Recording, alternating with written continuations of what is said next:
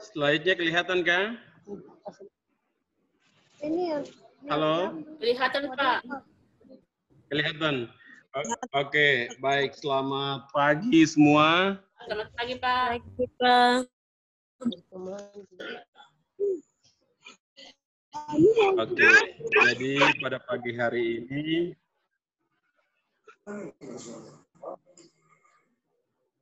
jadi nanti materi berjalan nanti di mute semua ya. Nanti apabila Bapak bertanya mau mungkin ada pertanyaan baru nanti diaktifkan dan ditanya. Oke. Jadi pada pagi hari ini Bapak akan bawakan materi tentang pasien safety. Pokok pembahasan adalah prinsip dasar pencegahan dan pengendalian infeksi nosokomial. Ada yang sudah pernah dengar infeksi nosokomial? Sudah. Sudah, mungkin bisa kasih gambaran sedikit saja. Infeksi nosokomial itu infeksi yang didapat di rumah sakit. Oke, mungkin selain dari itu masih ada lagi.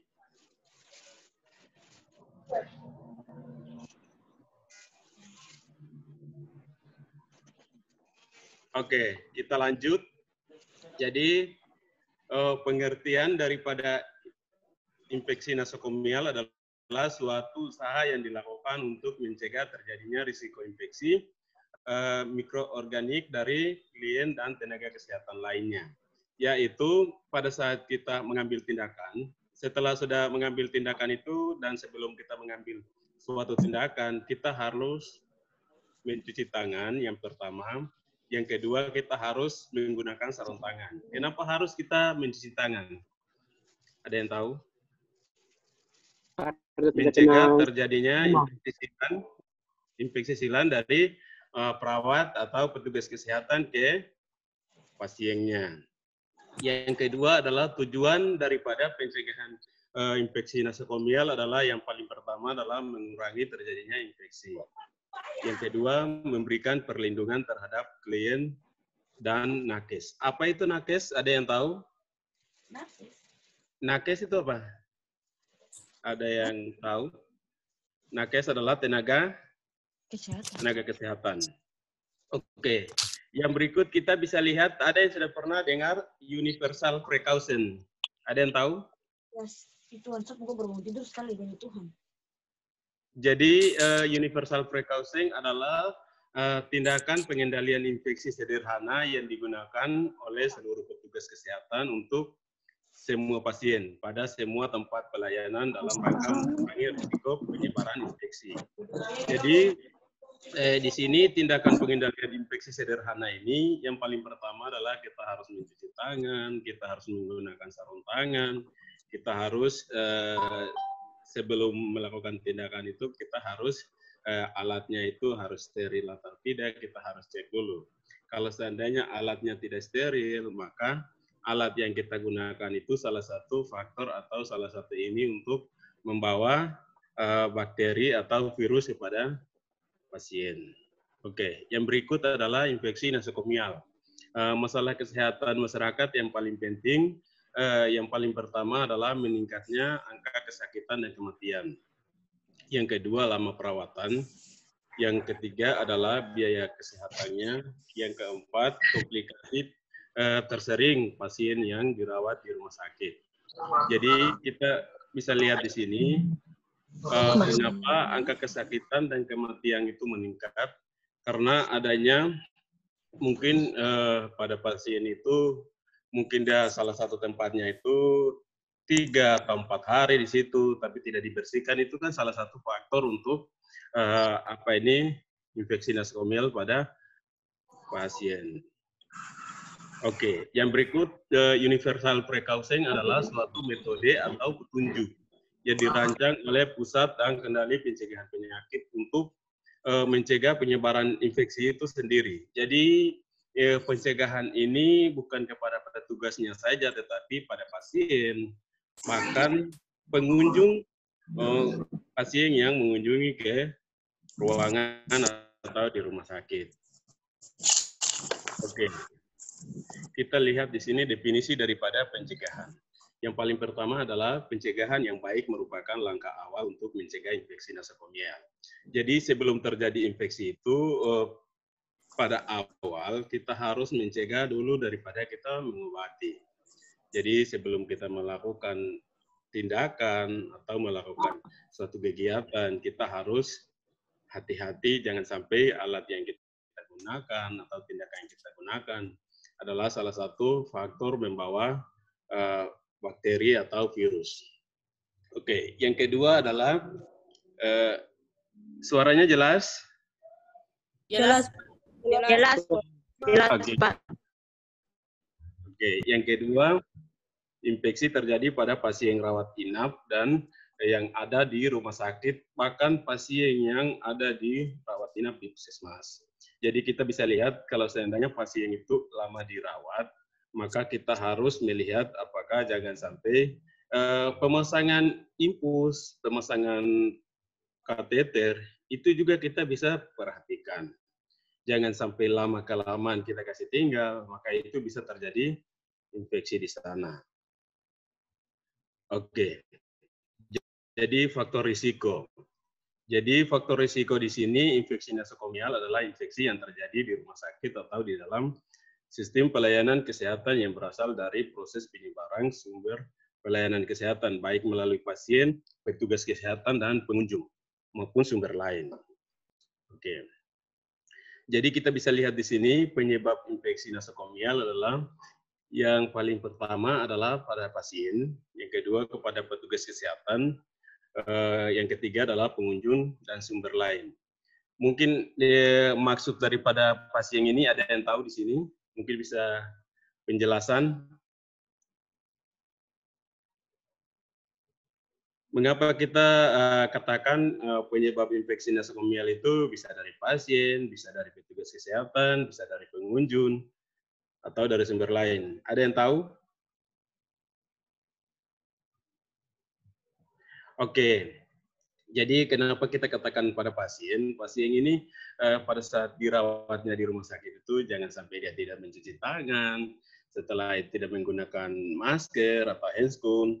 Jadi kalau pasien yang dirawat di rumah sakit itu kan di rumah sakit itu berbagai macam penyakit yang ada di sana, yaitu ada kasus dengan penyakit HIV, ada dengan penyakit TBC, ada dengan penyakit diare dan sebagainya. Maka kalau pasien dengan kasus TB itu kalau seandainya kalau dia tidak menggunakan masker, maka dia salah satu faktor untuk penyebaran virusnya ke orang lain.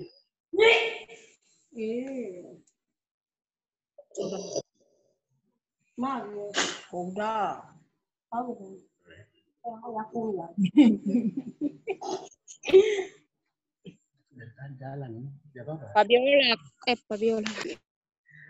Oke, baik. Tadi mukanya tidak kelihatan, Kang? Iya, Bapak. Iya, Pak. Pak. Sekarang baru Ini lupa kelihatan. aktifkan. Oke. Yang berikut adalah pengunjung ini juga bisa membawa virus atau bakteri. Kenapa pasien ada pengunjung yang datang di rumah sakit?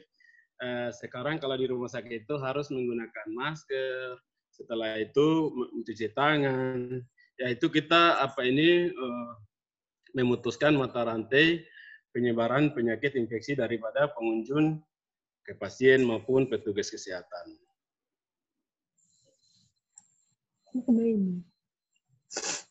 Oke, yang berikut adalah secara umum faktor yang mempengaruhi terjadinya nosokomial terdiri atas ada dua bagian, yaitu faktor endogen dengan faktor eksogen. Yaitu faktor endogen adalah umur, seks, penyakit penyerta, atau daya tahan tubuh. Jadi penyakit, ada yang tahu tentang penyakit penyerta? Tidak tahu? Halo? Ya, Bapak. Penyakit Jadi semuanya Ya, ada yang tahu. Kalau penyakit penyerta? Ada yang tahu? Penyakit Ya, bawaan apa Bapak? penyakit pembawaan atau penyakit keturunan. Oke. Yang kedua adalah kontak langsung antar pasien. Jadi kalau seandainya kalau pasien yang satu ini dengan pasien yang satu ini, kalau seandainya pasien yang satunya itu mendapatkan penyakit menular, maka pasien yang satunya ini bisa menularkan ke pasien yang kedua melalui udara atau air. Jadi contoh di sini kalau melalui udara itu pada pasien TBC dan sebagainya itu bisa melalui udara. Oke, yang ketiga adalah lewat petugas kesehatan. Oke.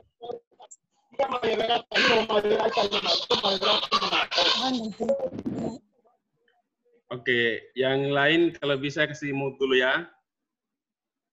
Oke, yang berikut adalah pencegahan dan pengendalian infeksi. Jadi di sini cara efektif untuk pencegahan dan penyebaran infeksi itu pada dasarnya itu kita harus menggunakan masker, menggunakan sarung tangan, mencuci tangan sebelum kita melakukan tindakan dan sesudah kita melakukan tindakan. Jadi yang berikut yang kedua adalah penghalang ini dapat berupa upaya fisik, mekanik maupun kimia yang meliputi pencucian tangan, menggunakan sarung tangan. Jadi di sini kalau di rumah sakit itu biasanya kalau di ruangan-ruangan RP3 itu kan biasanya dikhususkan SOP-nya. Bagaimana cara prosedur untuk mereka melaksanakan suatu tindakan terhadap pasien dengan penyakit menular. Ada yang sudah tahu ruangan RP3 itu apa? Ada yang tahu? Bisa menjawab. Ruangan RP3 itu apa? RP3 singkatan dari apa?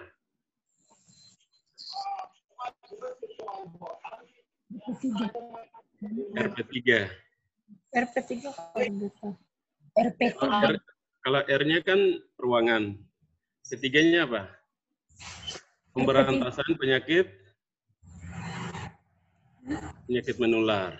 Oke, kita bisa lihat di sini mencuci tangan ini adalah prosedur yang paling penting dari pencegahan penyebaran infeksi. Tujuannya cuci tangan adalah menghilangkan kotoran atau debu secara dari permukaan kulit dan mengurangi jumlah mikroorganisme. Jadi apabila kalau kita tidak cuci tangan, setelah itu kita melayani pada pasien dengan penyakit menular, contohnya macam penyakit kulit, itu kan setelah kita tangani kalau tidak kita cuci tangan, kumannya dari pasiennya itu kita bisa menular. Iya. Oke. Yang berikut adalah penggunaan sarung tangan. Jadi sarung tangan ini digunakan sebelum menyentuh atau sesuatu yang basah atau kulit yang tidak utuh, selaput mukosa darah atau cairan. Jadi kalau seandainya kalau kita mau melakukan suatu tindakan atau kita menyentuh suatu benda kepada pasien, contohnya kalau kita mau melakukan pemasangan IGD, pemasangan kateter, kita harus menggunakan sarung tangan dan sebagainya untuk mencegah terjadinya kena cairan atau darah dari pasien kepada petugasnya. Begitu juga sebaliknya. Oke, ada 3 jenis sarung tangan, yaitu yang paling pertama adalah sarung tangan bedah, sarung tangan pemeriksaan, yaitu yang kecil itu sarung tangan rumah tangga. Jadi sarung tangan rumah tangga itu yang paling besar itu. Ya, oke. Nanti saya lihatkan gambarnya. Oke, yang berikut adalah kewaspadaan isolasi. Yang pertama kewaspadaan standar, yang kedua kewaspadaan berdasarkan transmisi, yang ketiga adalah peraturan kewaspadaan. Jadi kewaspadaan standar ini sudah diterapkan masing-masing di rumah sakit, yaitu contohnya macam pada pasien-pasien penyakit menular itu harus dikhususkan supaya tidak menular kepada pasien yang lain. Begitu juga kepada petugas kesehatannya. Oke, jadi kewaspadaan berdasarkan transmisi itu pada pasien dengan TBC itu kan bisa menularkan lewat udaranya. Maka pada pasien tersebut itu kalau kita layani harus menggunakan masker, sarung tangan, dan sebagainya. Oke, kita bisa melihat di sini komponen kewaspadaan utama pada standar keperawatan adalah yang paling pertama kita harus mencuci tangan, memakai alat pelindung diri yang tadi saya sudah sebutkan. Oke, yang berikut adalah infeksi nosokomial. Infeksi nosokomial terjadi di rumah sakit oleh mikroorganisme yang berasal dari rumah sakit, dapat terjadi selama penderita dirawat atau setelah pulang. Jadi begini, jadi setelah pasien itu pulang bisa terjadi infeksi di rumah. Jadi sebelumnya mungkin ada kuman atau bakteri yang didapatkan selama perawatan bisa terjadi setelah dia pulang di rumah. Oke, yang kedua adalah dapat terjadi pada penderita tenaga kesehatan atau pengunjung. Jadi pengunjung juga bisa saja. Oke, yang berikut adalah sekarang kita masuk penyakit infeksi yang sedang dalam masa inkubasi ketika penderita masuk rumah sakit bukan infeksi nosokomial. Oke, jadi penyakit infeksi ini kalau sebelum dia masuk di rumah sakit, kalau dia terinfeksi, berarti dia itu bukan infeksi nosokomial. Jadi sebelumnya sudah ada bakteri atau kumannya. Oke, kita bisa lihat di sini mikroorganisme atau penyebab. Yang kedua adalah cara penularannya. Yang ketiga, daya tahan tubuh pasien. Oke, sampai di sini ada yang mau bertanya? Ada? Ada pertanyaan. Ya.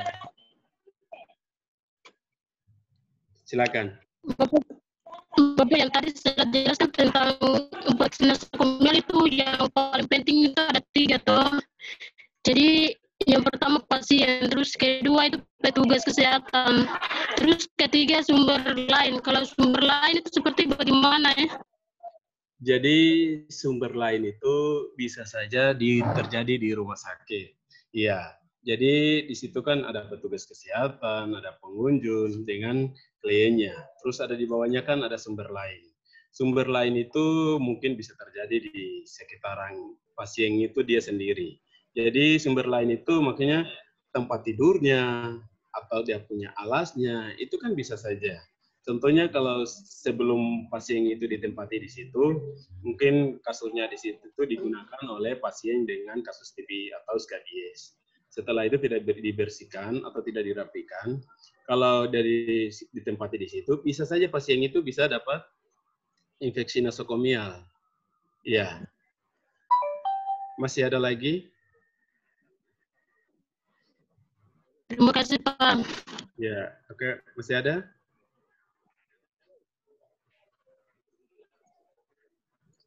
Tidak ada? Oke. Jadi kita bisa lihat di sini sumbernya setiap orang di rumah sakit dapat merupakan sumber infeksi penyakit menular karena setiap orang membawa kuman secara normal.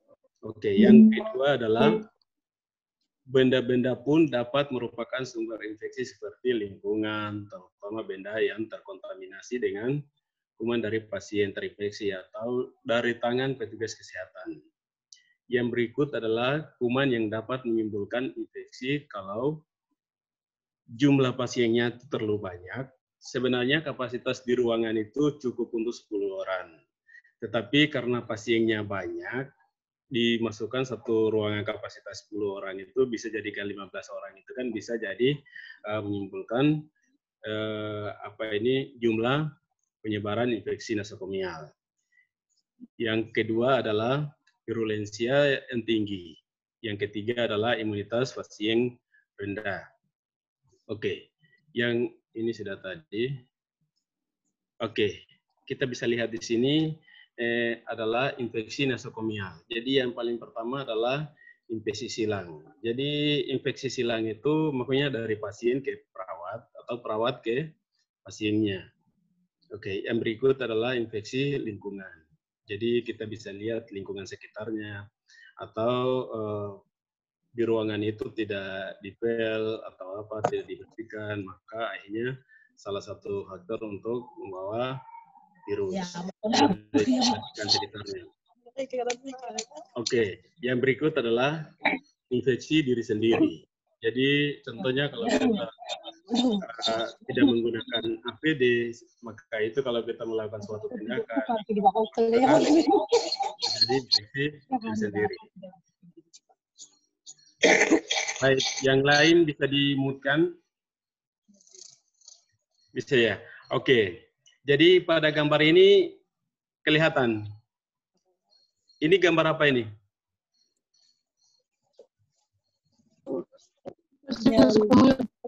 Ya. Pembengkakan. Bengkak, Ah, Tangan bengkak. tangan luka baru bengkak. Melepuh. yang tindakan yang dilakukan itu apa itu tindakannya apa yang mereka lakukan? Infus. Oke. Itu Jadi udang sekarang Bapak. iya, kita bisa lihat sekarang pemasangan infus ini juga kita harus perhatikan jangan sampai tindakan yang kita lakukan itu tidak steril atau pasiennya itu tidak dijaga, maka jangan sampai terinfeksi sedikit infeksi nosokomialnya. Tindakan yang kita lakukan. Sebenarnya tindakan yang kita lakukan itu membantu kepada pasiennya, tetapi kalau tidak perhatikan standar kewaspadaan infeksi penyakit nosokomial ini, maka dia bisa terjadi infeksi. Oke, kita lanjut di sini. Oke, jadi ini pada pasien di ruangan. Jadi pada saat pasien itu di ruangan, kita harus perhatikan berapa lama pasien itu di atas tempat tidurnya. Jangan sampai aktivitas fisiknya tidak terpenuhi, maka pasiennya itu berbaringnya lama. Akhirnya kalau seandainya pasien itu kalau dia tidak bergerak, tidak aktivitas, berarti dia bisa terinfeksi infeksi nosokomial. Oke, jadi kita bisa lihat di sini kewaspadaan standar diterapkan pada semua klien dan orang yang ada di fasilitas kesehatan. Yang kedua adalah kewaspadaan berdasarkan transmisi, hanya diterapkan pada pasien yang dirawat inap. Jadi transmisi itu penyakit yang bisa ditularkan dari pasien ke perawat atau perawat dari pasien ke pasiennya. Oke. Jadi kita bisa lihat di sini kewaspadaan standar ini dirancang untuk mengurangi risiko penularan mikroorganisme di rumah sakit dan fasilitas pelayanan kesehatan lainnya. Oke, jadi ini yang komponen utama yang kita bisa lihat di sini. Yang paling pertama adalah kita harus mencuci tangan. Yang kedua adalah kita harus menggunakan gaun. Ada yang tahu gaun? Gaun itu apa? Ada yang tahu? Gaun itu apa? Ada yang tahu? Sudah pernah dengar atau sudah pernah lihat?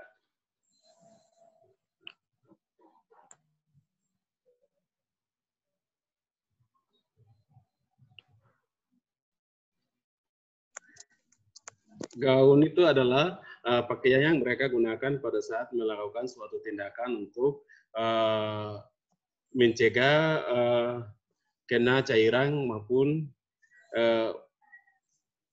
darah yang kita melakukan suatu tindakan supaya kita mencegah itu. Oke, kita bisa lihat di sini yang paling pertama adalah saya sudah katakan kita harus mencuci tangan. Dari tadi saya sudah jelaskan, tidak perlu saya jelaskan lagi. Dalam menyentuh darah atau aliran tubuh, sekret dan barang-barang yang tercemar. Yang kedua, segera setelah membuka sarung tangan, kita harus mencuci tangan. Oke, ini sudah. Oke, jadi di sini kita bisa lihat MKPW ini melindungi membran mukosa, mata, hidung, atau mulut terhadap kemungkinan percikan ketiga akan kontak dengan darah dan cairan tubuh. Oke, jadi yang tadi saya katakan gaun ini adalah ini. Yang ini kalau kita melakukan suatu tindakan, kita akan menggunakan pakaian seperti ini, namanya gaun. Melindungi kulit dari kemungkinan terkena percikan ketika kontak dengan darah atau cairan tubuh. Yang kedua adalah mencegah kontaminasi pakaian selama melakukan tindakan yang melibatkan kontak dengan darah atau cairan tubuh.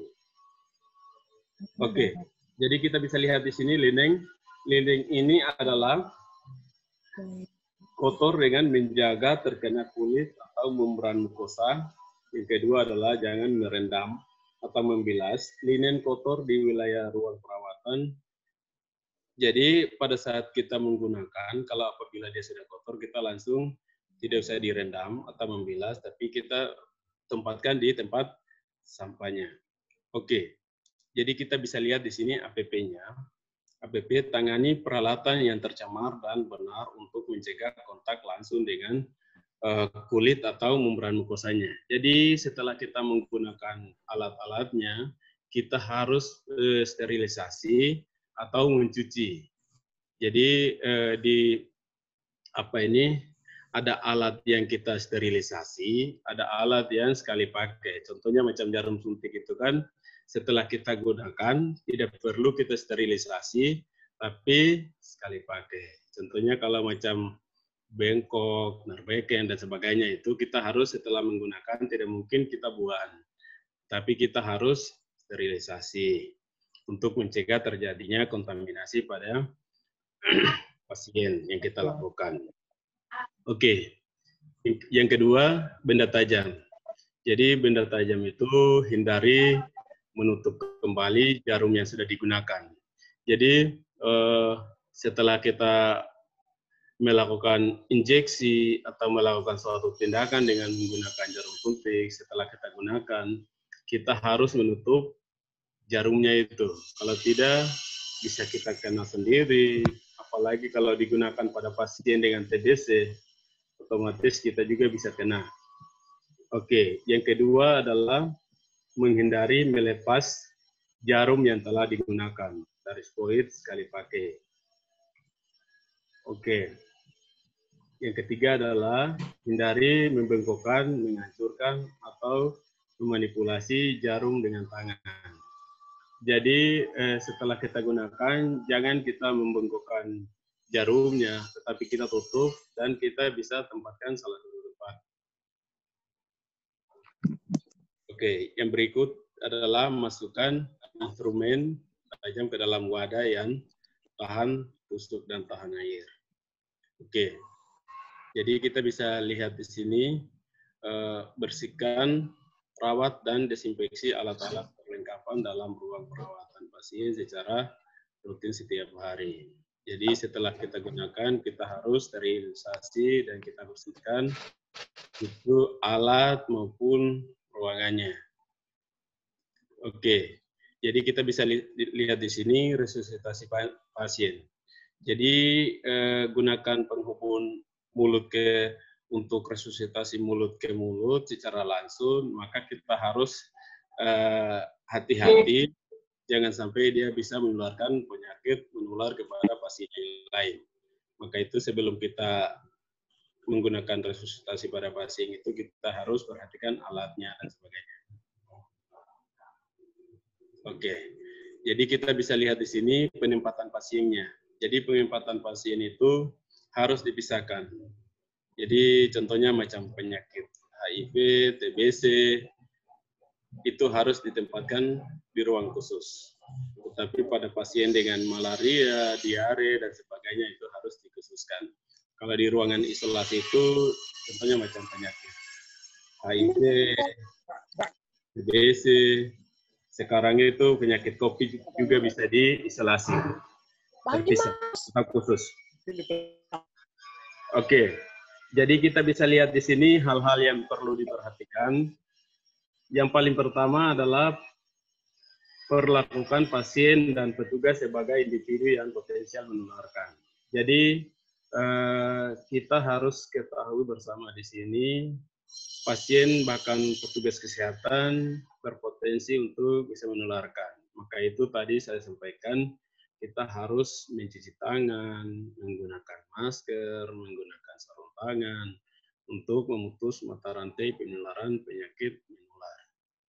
Oke, yang kedua adalah kita harus mencuci tangan. Prosedur penting untuk mencegah pencemaran penyakit yang ada pada pasien maupun petugas kesehatan. Oke, yang berikut adalah gunakan APD atau alat pelindung diri. Oke, lanjut. Jadi selanjutnya adalah gunakan antiseptik berbasis alkohol untuk membersihkan kulitnya. Oke, kita lanjut. Jadi kewaspadaan berdasarkan transmisi ini, jadi kita bisa lihat di sini dilakukan pada tambahan kewaspadaan standar. Jadi kita bisa lihat di sini ada gambarnya kewaspadaan transmisi. Jadi itu bisa menularkan melalui kontak langsung atau melalui airborne. Jadi airborne itu kita bisa menularkan lewat udaranya. Oke, sekarang ini kan heboh dengan penyakit COVID.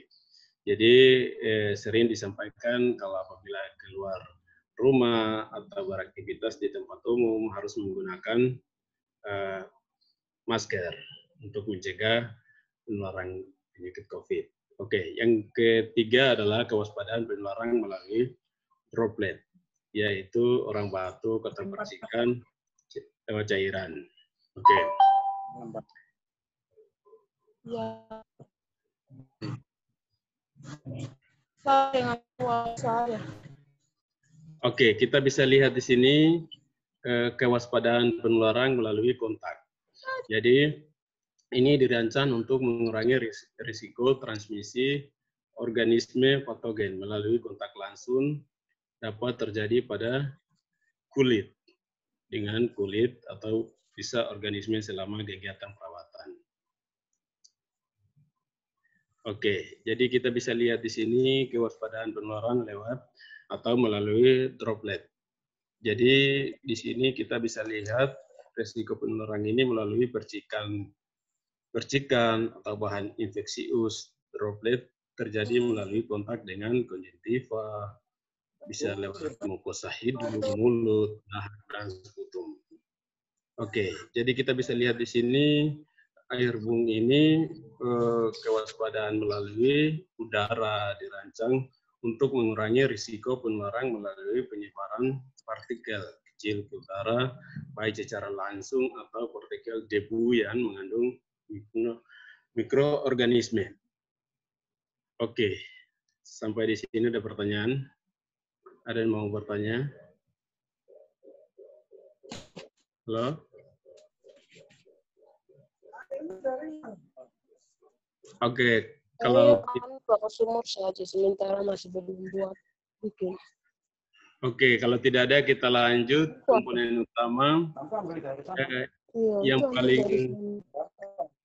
yang paling pertama adalah menjaga kebersihan dan pemakaian sarung tangan. Oke, kita lanjut.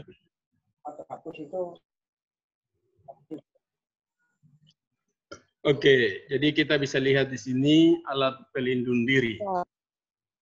Jadi kita bisa lihat di sini. Oh, waktu kamu itu 500. Saya itu ke sini 500. Terus ya saya minta waktu karena istri saya masih. Siapa yang cerita di belakang itu? Yang lain kah? Kasih mood dulu. Ini dulu ini pembelajaran sedang berlangsung. Ini siapa yang sendiri nih? Aku jelas kak, kakak kuliah, dosen, pak guru kan dosen. Oke, saya lanjut supaya kita bisa selesai Pak.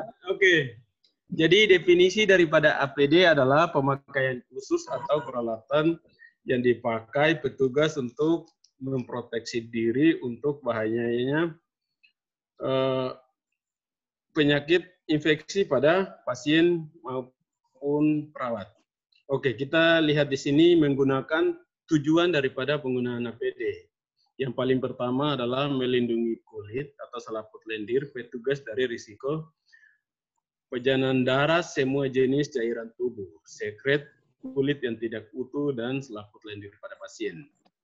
Oke, APD itu terdiri dari ada topi, ada sarung tangan, ada masker, ada kacamata atau pelindung wajah, baju kerja atau gaun, sepatu karet atau bot. Jadi kita bisa lihat di sini, gambarnya terlihat ini, yang tadi saya katakan topi itu yang pertama. Yang kedua adalah masker, Yang ketiga ini sarung tangan rumah tangga. Ini yang biasa digunakan pada saat ketika mereka mau mengangkat sampah atau mau membersihkan di selokan, itu harus menggunakan sarung tangan rumah tangga. Yang ke bawahnya adalah baju kerja atau gaun. Yang berikut adalah kacamata, berikut adalah sepatu atau boot. Jadi kita bisa lihat di sini, penutup kepala itu bertujuan untuk mencegah jatuhnya mikroorganisme yang ada pada rambut atau kulit kepala petugas kesehatan, alat-alat, daerah steril, dan juga sebaiknya untuk melindungi kepala atau rambutnya. Oke, petugas terhindar dari paparan percikan darah dan cairan tubuh. Untuk petugas, untuk pada pasien, untuk mencegah jatuhnya mikroorganisme dari rambut dan kulit petugas kepada pasiennya. Oke, jadi kita bisa lihat di sini menggunakan sarung tangan untuk melindungi tangan dari kontak dengan darah atau cairan. Oke, jadi kita bisa lihat di sini pelindung wajah. Jadi tujuan untuk melindungi selaput lendir, hidung, mulut, dan mata. Jenis alat yang digunakan adalah masker, kacamata, atau vaselin. Oke, ini tadi saya sudah sampaikan gaun atau pakaian kerja untuk melindungi petugas dari kemungkinan dan atau percikan darah atau cairannya.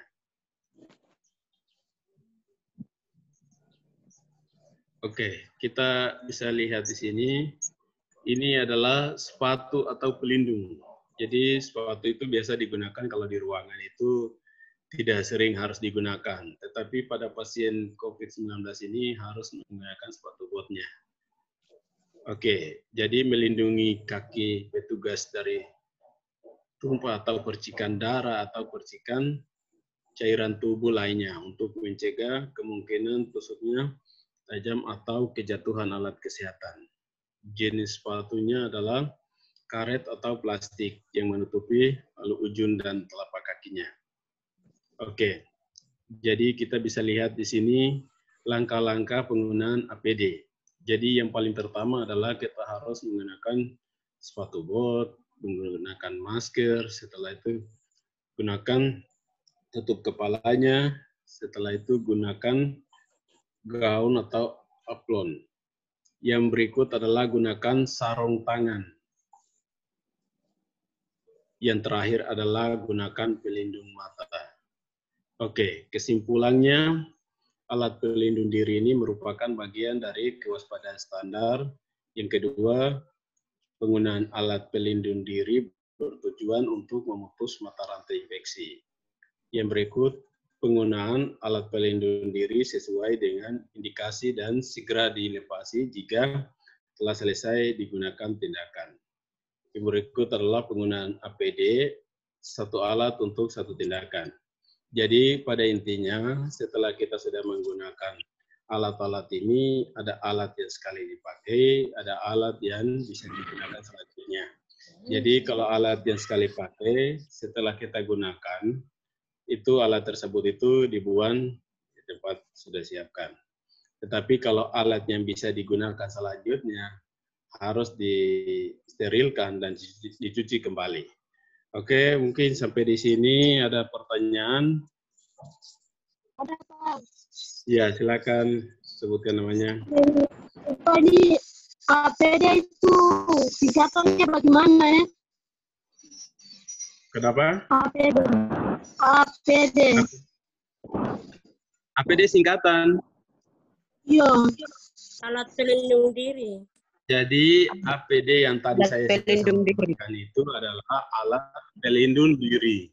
Jadi bisa diperhatikan pada gambar ini namanya APD. APD yang bisa digunakan pada pasien. Jadi APD itu terdiri dari ada handscoon, masker, sepatu bot, gaun, dan sebagainya. Ada di gambar ini. Materinya nanti saya kirimkan di WA-nya nanti. Iya, Pak. Oke, masih ada yang bertanya lagi? Ada, Bapak. Ya, silakan. Bapak, di sini sih ingin bertanya, linen itu apa? Bagaimana? Di sini saya ingin bertanya, linen itu apa, linen? Oke, ya nanti saya jelaskan. Oke, linen ya.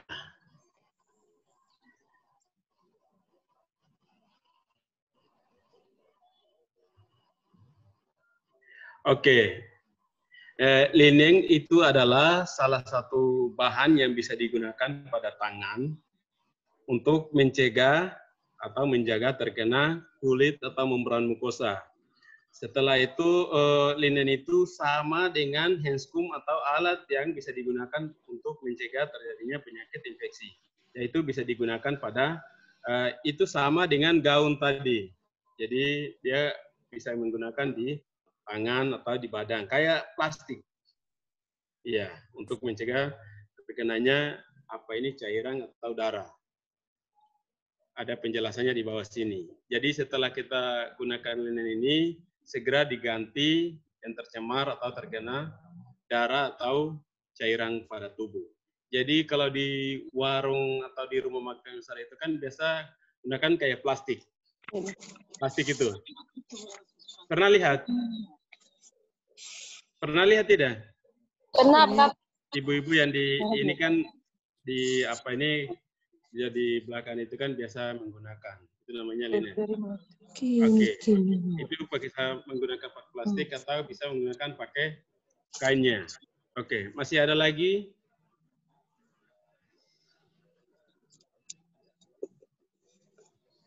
Masih ada? Ada yang bertanya lagi? Tidak ada? Ada Pak. Iya, silakan.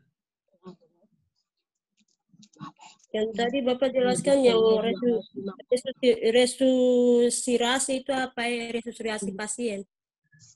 Kenapa? Resusitasi pasien itu seperti apa, Bapak? Resusitasi itu kita berikan bantuan kepada pasien yang pada kekurangan oksigen. Sebelum kita menggunakan pemasangan oksigen itu kan kita harus resusitasi. Resusitasi ini untuk memompa pompa jantung supaya bisa bekerja. Jadi ada alatnya yang kayak kita pasang Kamu sudah dapat materi tentang oksigen? Sudah dapat belum? Siapa namanya tadi? Berapa kali, Bapak? Oke, itu alat yang langsung kita pasang di mulut, maka jangan sampai terjadinya infeksi pada pasien ke pasien yang lain. Kita harus mencegah alat yang kita sudah gunakan pada pasiennya itu untuk memenuhi dia. Kalau seandainya pasiennya itu sesak, berarti kita harus resusitasi untuk memenuhi kebutuhan pernapasannya itu. Masih ada lagi?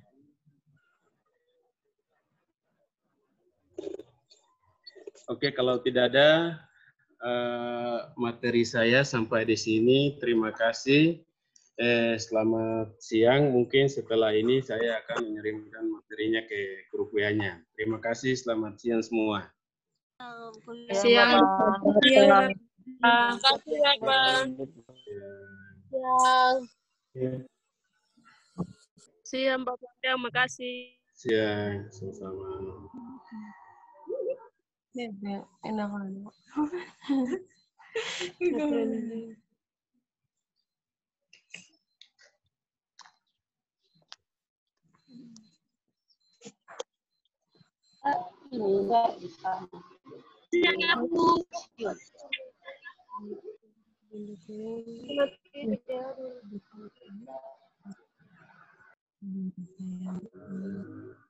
Kelinci nabi Belinda kalian kelinci.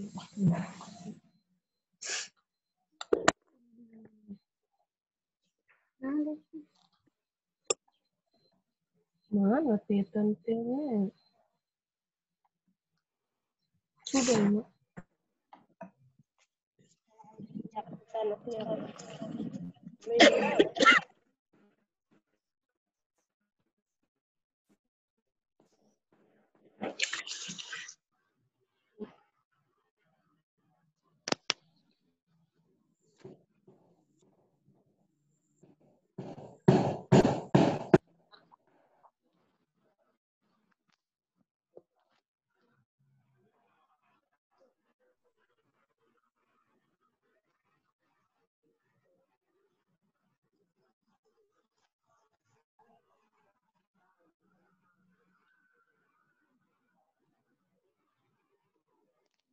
Lincen.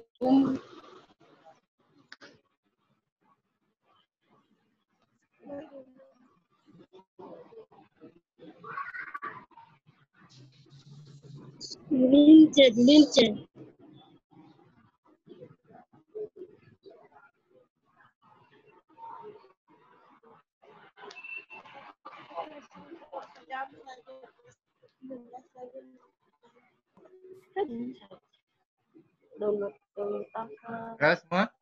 Sudah selesai ya? Sudah, Bapak. Oh iya sudah. Oke. Saya tutup ya. Nanti saya buka lagi jam 11. Jangan lupa Pak Kristiana juga masuk dengan mata kuliah manajemen pasien care. Ya? Ya, Pak. Oke? Bapak. Oke, selamat pagi.